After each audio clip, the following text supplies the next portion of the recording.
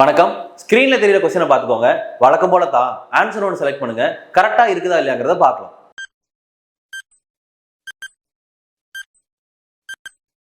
Answer select பண்ணிட்டீங்களா? இப்போ இந்த கொஸ்டினுக்கான ஃபுல் கண்டென்ட் என்னங்கிறத பார்க்கலாம். பழமொழி 400ல வர 204வது பாட்டோட இறுதி அடிதான் இந்த பழமொழி. பொருள் புரிவதற்காக இதை முதலடியா எடுத்துக்கலாம்.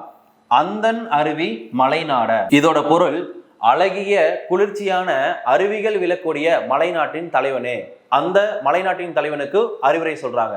அது என்னன்னா, சேனோக்கி நந்துநீர் கொண்டதே போன்று. சேனோக்கி அப்படின்னா என்ன பொருள்னா, பின்னால் வரக்கூடிய நெடுங்காலத்தை நோக்கி.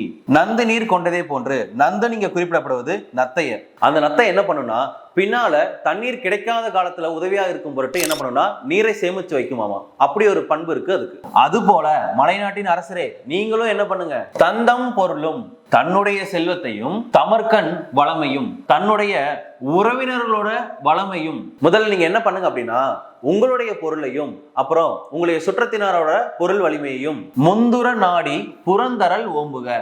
முந்துர அப்படின்னா முற்பவே, முற்காலத்தையே நீங்க என்ன பண்ணுங்க, ஆராய்ஞ்சு புறந்தரல் ஓம்புக, உதவியாக இருக்கும் பொருட்டு காவல் செய்க.